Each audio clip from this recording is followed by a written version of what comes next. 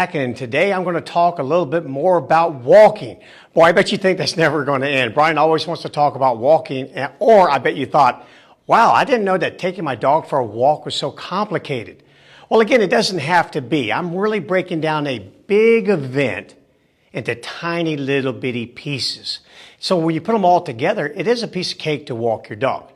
But in the first video, I talked about step right, pull right, that sort of thing. And then yesterday, I talked about switch, where we make the dog go around behind us. Today, I want to talk about the all-important coming to a stop. You think that wouldn't be that important, but it really is.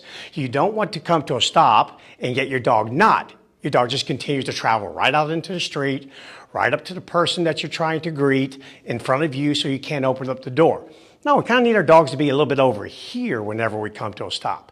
And then number two, what about left-hand turns? I'm telling you what, it's easy to turn right, heel. Piece of cake. Nothing to turning right. But what about turning left? Have you ever been in a car up on the freeway and you need to get in that lane, the one on the left, but there's a car right there next to you like Captain is here? What do? You really need to get in that lane. So you only have a couple of choices. You can put on your blinker. A lot of people don't nowadays, but I love that sign that I saw one time that said, turn signals, the original instant messaging. I think it's the absolute truth. But hey, here's my choice after my signal. I can either A, speed up and get in front of that car, or slow down and get behind a car, or if the driver is courteous, if they see my signal, maybe they'll let me in. Well, today we're going to put the brakes on that other car so that we can get into that lane with our dogs. And to do that, we're going to have to do a couple things that I told you not to do in the very first video. But again, we'll use these for coming to a stop and turning left.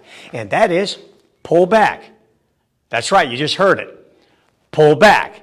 Now, don't be pulling back on your dog outside of coming to a stop and turning left. Because again, if you pull back while just walking or going in a straight line, then you can actually cause your dog to pull you even harder. So let me show you what I'm talking about here. Heel.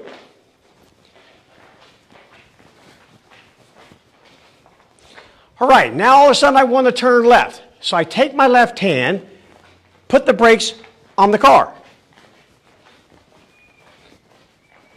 Put the brakes on the car. So I'm making Captain put his brakes on by taking my left hand, pushing back against the leash. There we go. That's all you have to do. So again, when you're walking your dog, whether it be on the right side or left side, just use the hand that's on the side in which the dog is walking. So if I want to turn left, I take my left hand, push against the leash, just a little bit. You're not jerking back, hauling back on the dog. Step number two on left turns, lead with the leg that's going in the direction that you're traveling. So me, I want to lead with my left leg. It serves as a visual signal to the dog that you're coming. You're actually changing lanes. There we go.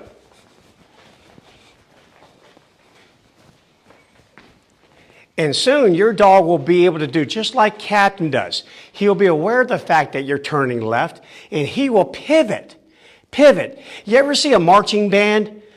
The guy or the girl that's on the inside is doing this while everyone else is really motoring, trying to get around. They're pivoting, waiting for them to catch up. Heel, your dog will do the same thing. Want to turn left? Put the brakes on.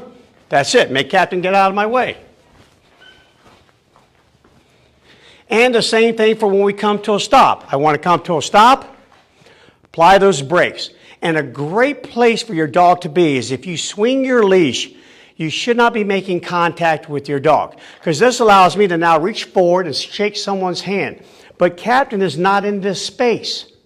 It also allows me to step forward, open up a door. He's not in this space.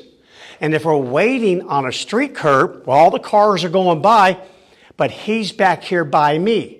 So dogs on the left side should be right here by your left leg or back here by your left back pocket. Dogs on the right side, of course, by the right leg and by the right back pocket. But to do all of this, all it requires is a slow, gradual push on the leash. Just kind of pull back a little bit there. Here we go. Do one more time. Heel. So I start off the left. Beautiful pivot. And then as we get ready to stop, pull back. There you go. Not hard at all. All the rest of the time, I don't ever pull back on the leash outside of those two events. Now, a couple other little tips. One, I'm in a room, as you can tell. There's no one else around. So therefore, it's okay for a captain to come to a stop and sit. But I also noticed that when you go into a big city, most people aren't looking down. If they are, they're looking down right at their smartphones, or they're looking up at these skyscrapers, or they're looking at street signs trying to figure out, where the heck am I? That means if your dog is in a sit, when you come to a stop, especially at a crowded intersection, you run the risk that someone is going to step on their tail. You see, Captain, he's very particular about his tail. He did not even want that foot getting close. Why? Because when he was young, I had him in New York City a couple times, a couple other large cities, and that's exactly what happened. Someone tried to step on his tail and did end up stepping on his tail. Didn't injure him, but again, he's very particular about that shiny white tail of his. That's why you'll see service dogs, true service dogs, CNI, ambulatory, you name it, when they come to a stop, they stand so that the tail is out of the way. So therefore, you can also add another command to your dog called stand, or simply just don't require your dog to sit every time you come to a stop. Just have them stop and then give the command sit. And regardless, if they're here, they need to remain here. So if I tell them sit, that's what needs to happen. Even if I reach over here, open up that door, I say hello to someone over here, I'm now getting on my phone, I want to send a text or make a phone call. That's what they do. They're under absolute control. So we'll talk more about static positions like the sit or the down in upcoming videos. But for today, today's takeaway, there is a time in which you use your left hand or your right hand to pull back on the leash.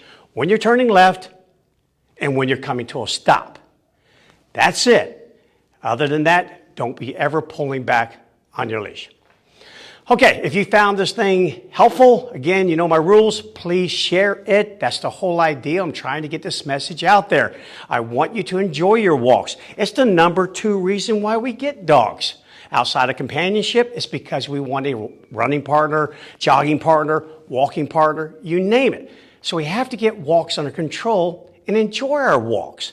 And that will serve as an outlet for frustration and lower our stress response. Okay, last thing as well, send me any requests, anything that you want me to cover in these videos, send it to me. I'll be glad to do so. Other than that, have a great day, and I'll see you guys back here tomorrow. Good job, Cal Dog.